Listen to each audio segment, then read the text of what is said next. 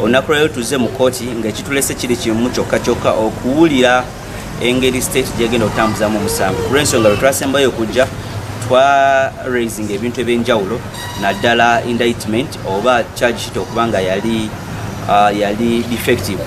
Olunaku lero bazze nga batereezezza empapula zonna era ne twapiaring ow'omulamuzi. However, bintu biringa bisatu awo bina ebibadde vital throughout.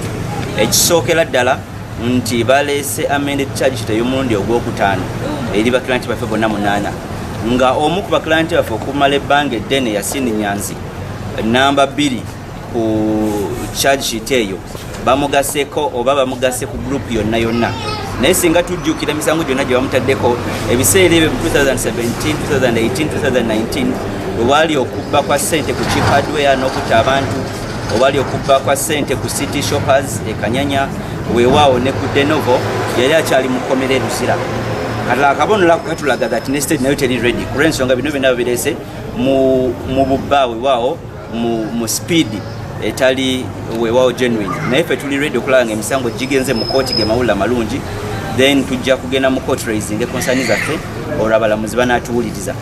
Ekirala ekibaddewo kkooti eno yali yayisa baganda baffe abo okubajjanjaba ku lw'ensonga lwe baali babayita mu kkooti ogwasooka bonna baalaga ebiwundu buli omu mu Uganda yabiraba ebyali mawulire ag'enjawulo weewaawo ne TV ez'enjawulo. However, we tumalizidde emyezi 6 tewali ripoota ezzeeko nti babajjanjaba oba bagenda kubajjanjaba oba balina eddagala lyonna lye bafuna.